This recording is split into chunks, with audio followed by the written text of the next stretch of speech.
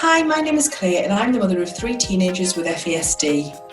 I'm Jessica, a PhD researcher specialising in educational interventions for children with FASD. And together we are the hosts of Spotlight on FASD, the UK's first podcast dedicated to shining a spotlight on fetal alcohol spectrum disorders. FASD is a condition caused by prenatal alcohol exposure that affects hundreds of thousands of children across the UK. And we're here to bring these conversations out of the shadows and make sure that no one living with FASD feels alone. Hi and welcome to episode 4 of Spotlight on FASD. And today's episode is going to be all about lockdown, our second lockdown, and FASD. So either living with FASD or caring for a child or a young person with FASD. So we went into our second lockdown yesterday in England, and we just thought we couldn't really pass up talking about it.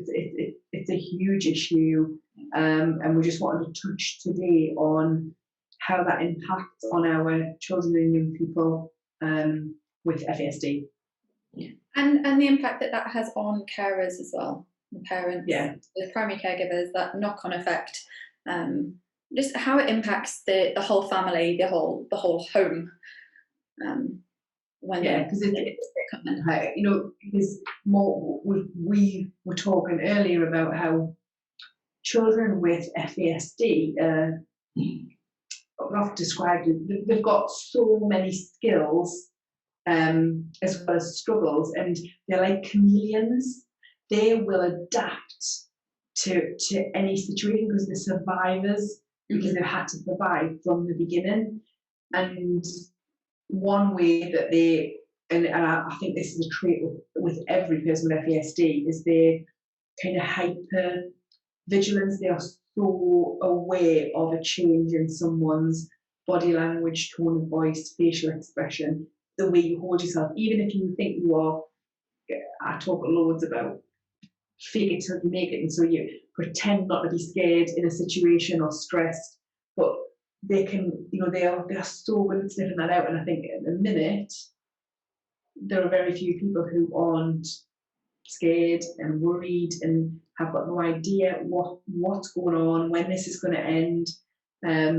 All of the optimists in the camp are like, it's going to be done by the 2nd of December, and then every time someone says that, then you've got someone saying that it's going to be next year, it's going to be longer than that, and it's just the unknown. And I think that's we want to talk about, just I don't think we're going to be stating the obvious, but we just want to address the fact that it's difficult for everyone. That's a given, full stop. And then there's lots of people that I've seen lots of people talk about we're all in the same boat, and then a lot of people argue and say no, we're not all in the same boat.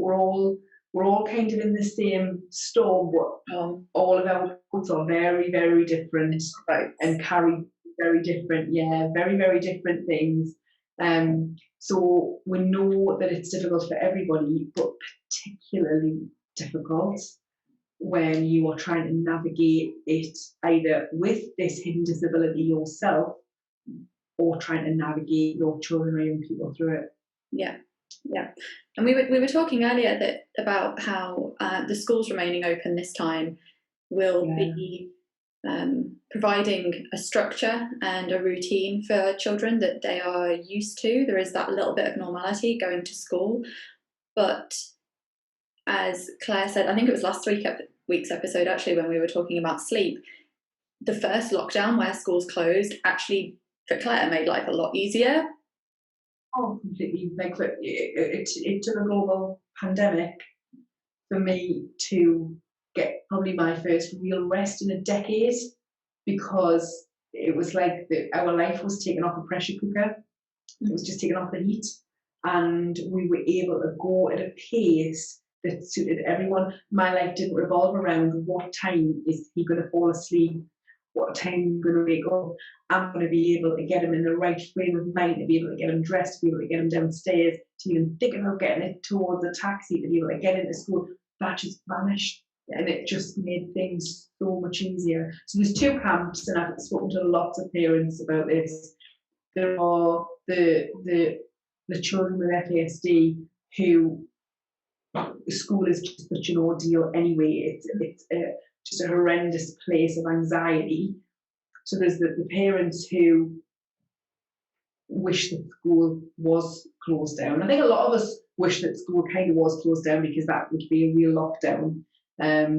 But then, then there's the other camp where the first lockdown with schools closed was just nearly impossible for a lot of children to manage. And I know that if you're lucky enough to have an EHCP for your child, so education, health and care plan, which is it used to be called a statement of special educational needs. If you're lucky enough to have one of those, you were still, and your child was classed as vulnerable, then chances are that you were still eligible to attend school. But quite often that didn't happen because either there wasn't enough staff, that people were infected, people were in isolation. So in theory, that was like, oh, the vulnerable children are still going to be able to access it. That didn't happen. That actually didn't happen at all. So I think probably for the majority of people, it'll be a little bit easier because schools are open. Yeah. But I know that doesn't make life easier for me at all. Yeah, and it's the support network, not just in terms of people as well, who families may have coming in and out, an extra pair of hands, grandparents who can help. And I know we've got this bubble system in the UK that allows grandparents or somebody to support with childcare and things like that. But with the elderly being more vulnerable to what's going on, there's this whole dynamic of not just your humans, not just your people, but your places, your environments, these different places where you would usually take your children for the space that they need, the outdoor time that they need, the time where they've just got to run off their energy as much as they possibly can. And a lot of those places not being available anymore, swimming pools being closed, and things like that. So trying to navigate this new world when you have a child with the additional needs that you're used to supporting day to day. You've got your systems in place, and all of a sudden, well, not all of a sudden because we faced it in March, but as soon as we get back to some normality through the autumn, it's kind of gone again. It's not like we haven't got any answers. We're not about to say, so what we would advise is, we just want to say, like, we know you're having an absolute mare. Like that is just, there's no other way around it, and it's just all about survival. And yeah, I was talking a little bit earlier about how now more than ever, which this is already a difficult thing for parents and carers of children and young people with FASD, but now more than ever, it is vital that you try and really prioritise your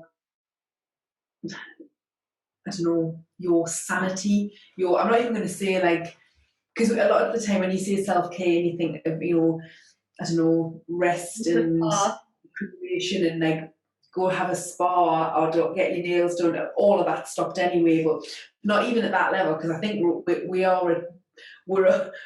if you are taking care of children or young people with FASD, you are just in survival mode now. That is where you are, and I would be gobsmacked if there was anyone who disagreed with that and said, actually, no, we're getting along swimmingly.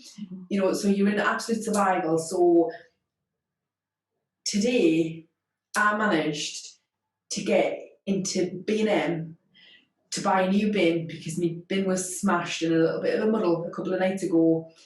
And I was probably in the shop for 20 minutes in total, but that was all that I needed to feel like a normal person. I looked like, I probably didn't look very normal, I probably looked slightly unhinged, but I felt like I just looked like I could just be a normal person doing shopping, and that everything that was happening at home wasn't actually happening, and I was just someone who was buying a bin and a load of other stuff that I didn't need from B&M. But when I got back into the car, I was like, oh, that was exactly what I needed. And it was 25 minutes in total, and I was able to go into a shop and just be away from the constant, relentless caring needs that my kids have at the minute. And, you know, as we're talking now, and I sometimes think that I think my children are aware of what's going on with the virus, with the pandemic, as much as they can be. As much as any of the rest of us.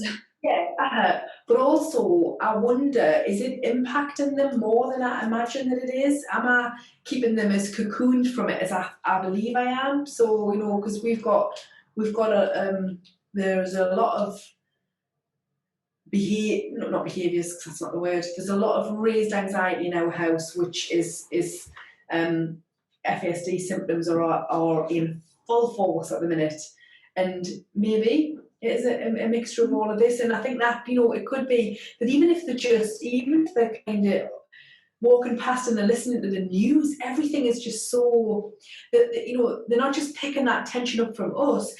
Everywhere they look, people have got masks on. And I know my little girl always used to say that she actually once said that she wished she was Down syndrome, which is a really peculiar thing for her to say. But she said that because she said there's a little girl at the school she used to be at who was Down syndrome, and she said, I wish I was Down syndrome, ma'am, because all of the teachers look at this Down syndrome girl with kind eyes, and they all smile at her all the time. And that's because her disability is completely visible, and therefore everyone has a base level of tolerance, which they don't have with an invisible disability. And I think what's really difficult for kids, for all kids, but especially kids who are living with FASD and also trauma, when they can't really see people's faces, and so they're just surrounded by, and so they're having to guess, they can't really read exactly what's going on with that person the way that they normally would for their survival. So I think that's a huge, huge factor at the minute. There is so much, isn't there? I think it is, and like we were saying earlier as well, with people's body language, any anxieties, nerves, like speaking specifically of carers, parents, the support network around children or young people or even adults with FASD, those, you know, you have all the stress, you have the weight and the responsibility of caring on you whilst navigating this pandemic like everybody else is. There will still be worries about jobs, the economy, what on earth's going on, like 1 minute we're allowed out, then we're not allowed out, these changing rules all the time, this back and forth, you know, even to the point of it being harder than ever before to go to the supermarket, except March. And there's so much more that you have to face whilst holding it together, so that your children, your young people, whoever it is that you're supporting, can't see that you're holding it together. I thought you were going to say worrying about parents and carers worrying about weight gain. You're saying there's so much weight, and I'm thinking, yeah, because a lot of people are eating away through this pandemic. Hey, if that's working for people, do what you got to do. I think probably one of my little things that, like, if I could say for people to take something away, it would be that if you're listening to this and you aren't a parent or a carer, you aren't responsible for caring for somebody with FASD, but maybe someone in your wider family or someone in your life, somebody you support, is involved with children with FASD. Think about how your life has changed and how difficult it has got since the start of this pandemic, and certainly in lockdown. That is how difficult our lives are normal. That's our base level of how difficult life is. We are unable to access education normally. It's not suitable. What is provided isn't suitable for everybody. So everything that everyone's experiencing kind of in a mainstream life and struggling with, they're our normal daily. That's what life's like for us anyway, in isolation, not able to access things, not able to go and do things normally. So just bear in mind that if you are supporting anyone, or you're just friends with someone who, and you know that that's their situation, just think that that's kind of life's doubly hard for them. And you, for the first time ever, uniquely in this pandemic, you've got an opportunity to really, really put yourself in that person's shoes and think, like, God, this is what their normal baseline struggle is every single day. Check in with those people, just see how they're doing. Like, if you can leave a little food parcel on their doorstep, just write and do whatever it is. If you can do something just to make life a little bit easier. This happened to me this week. For anyone who's watching this on YouTube, you can see a picture of my gorgeous water bottle. And yesterday was a very, very black day, and I found this on my step. It's a beautiful water bottle, and on it says, in my favourite shade of pink, when we know better, we do better. And that's at the very start of our podcast. That's what I talked about. That's one of my favourite quotes. And someone had thought of me, had listened to the podcast, and had thought of me when they seen this water bottle. And that they didn't physically help. They didn't help with the kids. They didn't come into the house. They didn't do anything. But that lifted me from the depths in an instant, and kind of recharged us for the rest of the night, definitely. So, but that is also the same. And that's not just people who are taking care of children with FASD. That's anyone who's taking care of SEN kids. It's a hard slog a lot of the time. Lots of amazing highs, but it is a hard slog. And I think we need to, if we could just highlight that a little bit. And highlighting is all we can do. Like Claire said, like, as much as we would love to, we can't. We're not going to turn around now and say, this is what you need to do. These are the people that will help you. Like, here's your magic beans. That's not, like, there is nothing at all that we can say. We just want to raise awareness of it and acknowledge the struggles that people are having. And, we know that there are people out there who are fighting battles with diagnosis, who are growing so impatient, rightly so, because hospital appointments are being pushed back. You're not accessing the care that you need. People aren't responding. Social workers are letting you down because they're just overwhelmed, overworked. Like, there's all these delays in these systems that are being pushed to breaking point right now that are having a huge impact on your lives. And I think all we can do is get it. We just talked earlier, didn't we, about how there's a lot of people in a situation, a lot of families in a situation now where they've really built up momentum towards some kind of diagnosis or towards the support that they're going to need. And then, the next step of the journey would be, I don't know, any kind of assessment. Those assessments have all been stopped. The virus has stopped it all from happening. And so the mental impact that has on people is absolutely huge, because we know the fight that it would have taken to get onto that pathway, and how many years it would have taken to get onto that pathway, and they were just starting to build up the momentum to take off and they grounded again. And just even things like physiotherapy appointments and OT appointments, things that you might not think would have a huge impact, not to be able to access them is just a huge deal. And again, we know that's for lots of people in lots of different situations, but when you're dealing with our extraordinary children, it's hard going. And the talking, there's so much talking, all of the time. And I think and obviously they've got to be sensing the raised anxiety of an entire nation. They've got to be sensing that. The world. It's the whole exactly. And the teacher, if they are in school, the teachers around them, the teachers are an absolute breaking point with what they're having to deal with and what they're having to struggle through. And they are scared. Teachers are scared to be at school, and rightly so.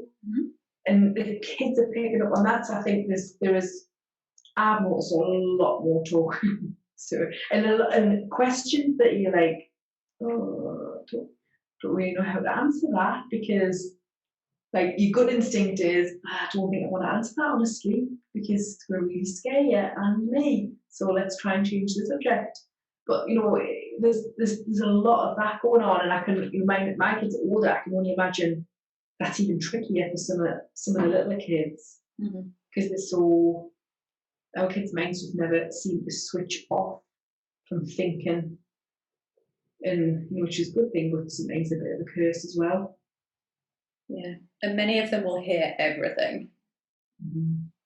Everything. You said that earlier, didn't you, about some of your experiences in summer camp, and I think as a parent as well, you sometimes you think, oh, they're up there, they're not listening, they've got their headphones on, they're not listening, but there's like little ears flapping about everywhere. They do pick up on things. Yeah, definitely. Yeah. So I think that's it for this week. Yes, we wanted to.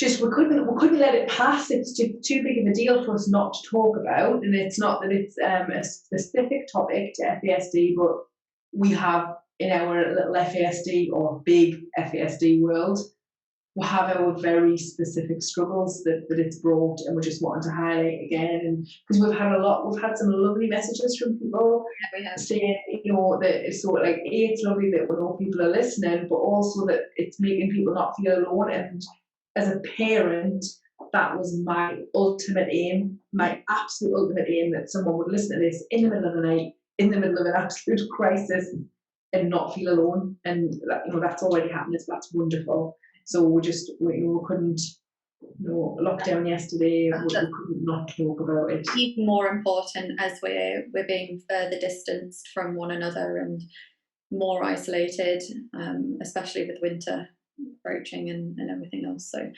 yeah, we're here, and we hope that people are listening and continue getting in touch, because it does.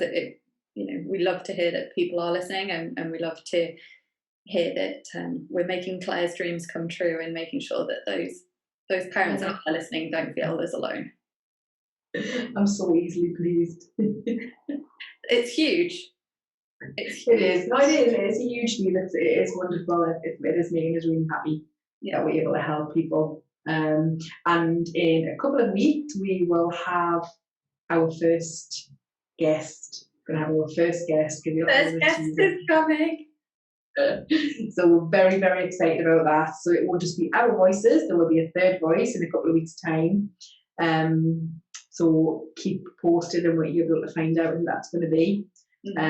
So thank you for listening again. It's been lovely, and we will speak to you next week. Bye.